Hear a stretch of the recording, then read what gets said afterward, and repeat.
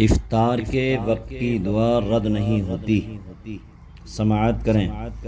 حضرت عبداللہ بن عمرو بن العاص رضی اللہ تعالی عنہما سے روایت ہے کہ ہمارے پیارے رسول مصطفیٰ جان رحمت صلی اللہ تعالی علیہ وسلم نے ارشاد فرمایا، روزے دار کی دعا افطار کے وقت رد نہیں کی جاتی۔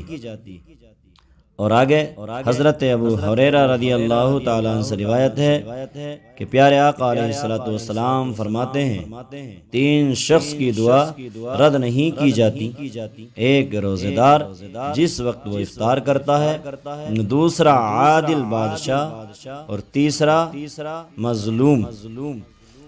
اس کو اللہ تعالیٰ ابر سے اوپر بلند کرتا ہے، یعنی آسمان سے اوپر بلند کرتا ہے، اور اس کے لیے آسمان کے دروازے کھول دیے جاتے ہیں، اور اللہ تعالیٰ ارشاد فرماتا ہے، مجھے اپنی عزت و جلال کی قسم ضرور تیری مدد کروں گا، اگرچہ تھوڑے زمانے کے بعد۔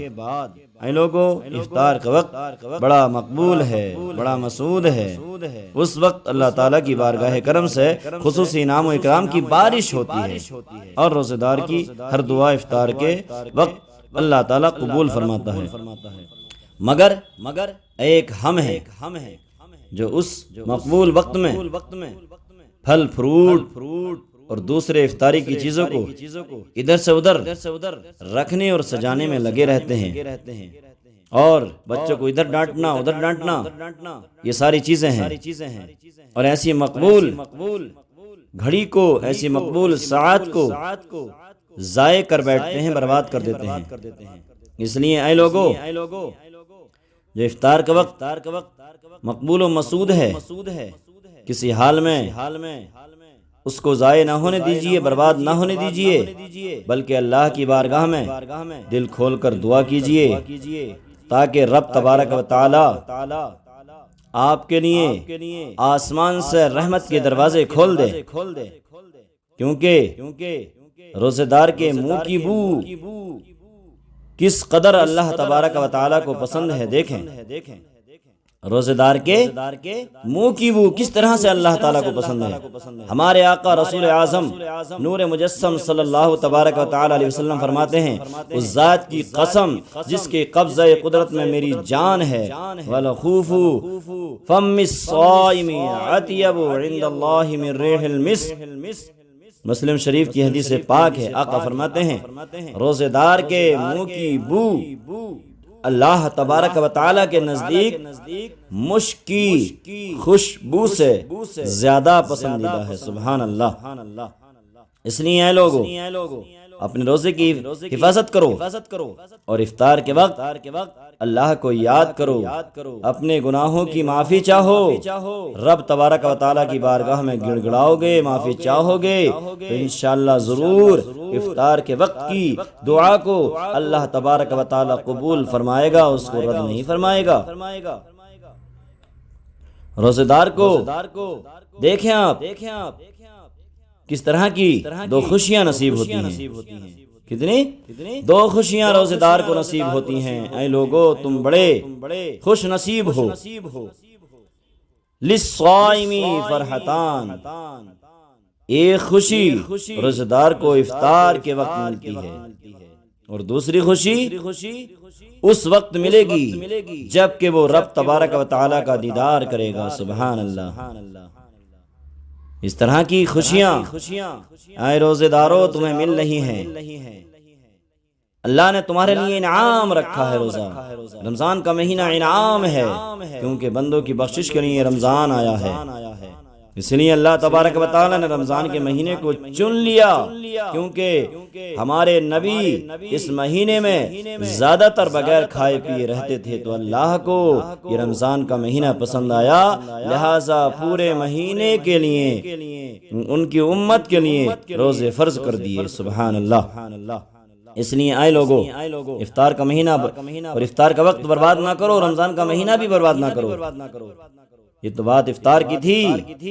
اے لوگو، اگر آپ آج سے ہی عہد کر لو کہ کچھ افطار کا وقت جب رہے گا تو انشاءاللہ سارے اپنے کام کاج کو چھوڑ دیں گے اور اللہ تبارک و تعالیٰ کی بارگاہ میں گڑ گڑائیں گے، دعائیں مانگیں گے، کیونکہ رب تبارک و تعالیٰ جو افطار کرتا ہے اس کی دعا کو رد نہیں فرماتا، اور افطار کرانے والا اللہ تبارک و تعالیٰ اس کو بھی بخش دیتا ہے۔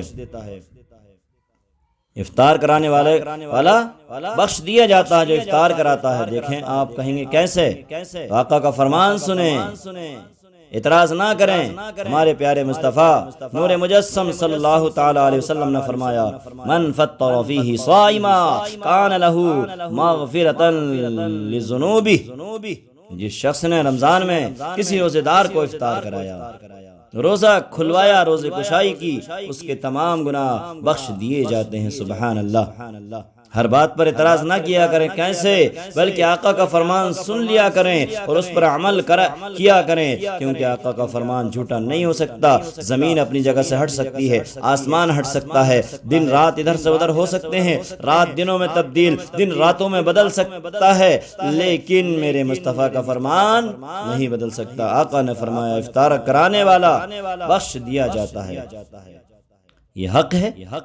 اس لیے اے لوگو آقا کے فرمان پر عمل کرو، افطار کے وقت دعا مانگو، اور اگر اللہ نے گنجائش دی ہے، مال دیا ہے، تو افطار کراتے رہو، مال کو راہ خدا میں خرچ کرتے رہو، یہی نیکیاں تمہارے کام آنے والی ہیں۔ علماء پر خرچ کرتے رہو، اپنے حفاظ پر خرچ کرتے رہو، تاکہ یہ بھی تمہارے لیے دل کھول کر دعائیں کرتے رہیں۔ اور آقا کا فرمان آگے سنو اے لوگو، آقا نے یہ بھی فرمایا کہ جو شخص روزے دار کو پیٹ بھر کھلائے، اللہ تبارک و تعالی اس شخص کو میرے حوض سے قیامت کے دن پانی پلائے گا کہ کبھی وہ پیاسا نہ ہوگا، یہاں تک کہ روزہ افطار کرنے والا جنت میں داخل ہو جائے گا۔ سبحان اللہ، سبحان اللہ۔ یہ آقا کا فرمان آپ نے سن لیا کہ جس نے روزے دار کو پیٹ بھر کر کھانا کھلایا، اللہ تبارک و تعالیٰ کس طرح کا انعام اس کو دے رہا ہے۔ اللہ تبارک و تعالیٰ اس شخص کو، آقا فرماتے ہیں، میرے حوض سے قیامت کے دن پانی پلائے گا کہ وہ کبھی بھی پیاسا نہ ہوگا۔ سبحان اللہ، کبھی بھی اسے پیاس نہ لگے گی اس حوض سے پینے کے بعد، یہاں تک کہ وہ جنت میں داخل ہو جائے۔ سبحان اللہ۔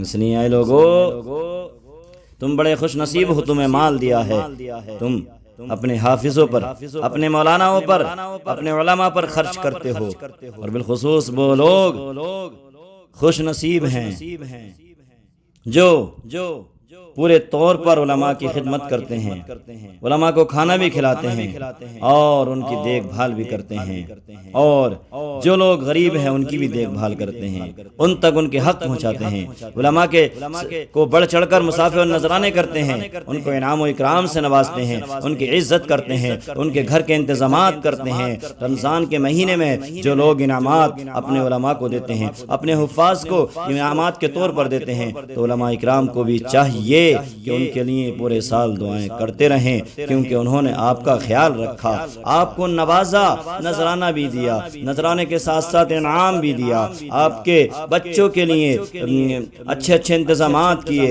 لباس کے، کپڑوں کے، اور بہت سی چیزوں کے انتظامات۔ بہت سے ایسے سیٹ ہیں جو کرتے ہیں، تو علماء کو چاہیے، حفاظ کو چاہیے کہ ان کے لیے دعائیں کرتے رہا کریں۔ اس لیے اے لوگو تم بھی اپنے علماء کو نوازو، اپنے حفاظ کو نوازو، اچھے سے اچھا کھانے کا بھی انتظام کرو، رہنے کا بھی انتظام کرو، کسی طرح سے تکلیف نہ ہو، کیونکہ عالم آرام سے رہے گا تمہارے لیے دعا کرے گا، عالم پریشانی میں ہوگا، تنگی میں ہوگا، تو وہ دعا جو کرے گا وہ اللہ کی بارگاہ میں اتنی جلدی قبول نہیں ہوگی کہ تم نے اس پر جو خرچ کیا ہے وہ دعا کر دے، تو اللہ تبارک و تعالیٰ اس دعا کو قبول فرمائے گا۔ اور بالخصوص افطار کے وقت تمہارے لیے ہاتھ اٹھا کر دعائیں علماء کرتے ہیں اور کرتے رہیں گے۔ اس لیے اللہ نے تمہیں مال دیا ہے تو اپنے علماء کی عزت کرو، تعظیم کرو، ان پر ہر اعتبار سے خرچ کرو، ان کا خیال رکھو، غریبوں کا، یتیموں کا، مسکینوں کا بھرپور خیال رکھو، کہیں ایسا نہ ہو غریب لوگ بستی میں ہیں، تم دور جو ہے اپنی زکوٰۃ، اپنا صدقات پہنچاؤ اور بستی والے لوگ پریشان رہ جائیں۔ اس لیے اے لوگوں آپ سے گزارش ہے کہ ضرور پڑوسیوں کا بھی خیال رکھو، بستی والے کمزور لوگوں کا بھی خیال رکھو، ان پر بھی خوب جو ہے خرچ کرو، ان کے حقوق کو ادا کرو، تاکہ اللہ تبارک و تعالی ان کی خدمت کی وجہ سے تمہارے روزے کو بھی قبول فرمائے، تمہارے صدقات کو بھی قبول فرما لے، تمہاری زکوٰۃ کو بھی قبول فرما لے، اور رب تبارک و تعالیٰ تمہارے مال میں بے پناہ برکتیں عطا فرما دے۔ انشاءاللہ ضرور فرمائے گا۔ جو سب کا خیال رکھتے ہیں، ایک کا نہیں، صرف عالم کا خیال رکھ لیا، اپنے حافظ کا خیال رکھ لیا اور بستی والوں کو بھول گئے، غریبوں کو بھول گئے۔ نہیں، غریبوں کو بھی خیال رکھو، جیسے اپنے عالم کو اچھا کھانا کھلاتے ہو، ان کو بھی جو غریب ہیں ان کو بھی کھانا کھلانے کی کوشش کرو۔ اللہ نے اگر مال دیا ہے ان تک بھی حق پہنچانے کی کوشش کرو۔ علماء سے مصافحہ کر لیا تو ان کو بھی ہر اعتبار سے نذرانے پہنچانے کی یا پھر جو صدقات پہنچانے کی غریبوں تک کوشش کرو۔ بھول مت جانا، ان کو کسی حال میں مت بھولنا، غریبوں کو مت بھولنا، غریب یتیموں کو مت بھولنا، بیواؤں کو مت بھولنا۔ وہ لڑکیاں جو بیچاری بغیر ماں کی ہیں، بغیر باپ کی ہیں، شادی کے لائق ہیں لیکن شادی کے انتظامات نہیں ہو پا رہے ہیں، ان بچیوں کو مت بھولنا۔ اگر یہ بچیاں افطار کے وقت تمہارے لیے دعا کر دیں، تم ان کو تک صدقات پہنچا دو، ان کو تعاون کر دو، تو یہ دعا رب تبارک و تعالیٰ ان بچیوں کی کبھی رد نہیں فرمائے گا۔ اس لیے ان بچیوں کا جن کا کوئی سہارا نہیں، آپ کو اللہ نے مال دیا ہے، سہارا بن جاؤ، مدد کر دو کسی طرح سے بھی۔ انشاءاللہ رب تبارک و تعالیٰ آپ کے مال میں بے پناہ برکتیں عطا فرما دے گا، آپ کو دن دوگنی رات چوگنی ترقی عطا فرمائے گا۔ اس لیے اے مالدارو، اے پیسے والو، اللہ نے پیسہ دیا ہے تو راہ خدا میں خرچ کرو، اور روزے کو ہر حال میں نہ چھوڑو۔ یہ نہیں کہ پیسہ خرچ کر رہے ہیں، نمازوں سے دور ہیں، تراویح سے دور ہیں، روزے سے دور ہیں، نہیں۔ اے مال والو سن لو، تم پیسہ تو خرچ کرو لیکن روزہ بھی رکھو، رمضان کی عزت کرو، رمضان کی تعظیم کرو۔ کہیں ایسا نہیں ہو رمضان کے مہینے کی بے عزتی ہو رہی ہے، پیسہ خوب لٹایا جا رہا ہے، باپ بھی روزہ نہیں رکھ رہا، بیٹا بھی روزہ نہیں رکھ رہا، بیوی بھی روزہ نہیں، اس سہارے پر کہ ہم تو مال لٹا رہے ہیں، علماء کو کھانا کھلا رہے ہیں، غریب و یتیموں کو کھانا کھلا رہے ہیں۔ نہیں، تمہیں رمضان کی تعظیم ضروری ہے، رمضان کے روزے تمہارے اوپر بھی فرض ہیں، تمہاری بیوی کے اوپر بھی فرض ہیں، تمہارے بچے کے اوپر بھی فرض ہیں۔ اس لیے اے مالدارو، اپنے مال کو راہ خدا میں خرچ کرنے کے ساتھ ساتھ روزے پورے مہینے کے رکھو، نمازیں پڑھو، تراویح کی نماز بھی ادا کرو، تراویح میں قرآن عظیم کو سنو۔ اللہ تبارک و تعالیٰ نے اسی مقدس مہینے میں قرآن مجید کو نازل فرمایا اپنے نبی پر، لہٰذا رمضان المبارک کی تراویح قرآن عظیم کے ساتھ ضرور پڑھو، اور جب قرآن عظیم مکمل ہو جائے، ختم شریف ہو جائے تو پوری تراویح پڑھو، عید کی نماز پڑھو، اس کے بعد پورے سال نماز بھی پڑھتے رہو، تاکہ مال میں یوں ہی اللہ تعالیٰ اضافہ کرتا رہے اور بڑھوتری کرتا رہے، اور آپ لوگوں کی مدد کرتے رہیں۔ مال کی دعا کیا کریں، لیکن ساتھ ساتھ یہ بھی دعا کیا کریں کہ اللہ تعالیٰ جو مال دے اس کو صحیح راستے میں راہ خدا میں خرچ کرنے کی توفیق بھی دے، کیونکہ لوگ مال کی دعا تو کرتے کہ مالدار ہو جائیں، پیسے والے ہو جائیں، لیکن توفیق نہیں ہوتی راہ خدا میں خرچ کرنے کی۔ غریب و یتیموں مسکینوں کا حق ادا کرنے کی ان کی جو غلطیاں توفیق نہیں ہوتی ان کو، اس لیے یہی دعا کریں کہ اللہ توفیق بھی دے۔ اگر مال دیا تو نے مال دے تو مال کے ساتھ ساتھ خرچ کرنے کے راہ خدا میں توفیق بھی عطا کر، تاکہ آپ کا مال اللہ کی بارگاہ میں قبول و مقبول ہو جائے۔ اسی پر ہم اپنی بات کو ختم کرتے ہیں۔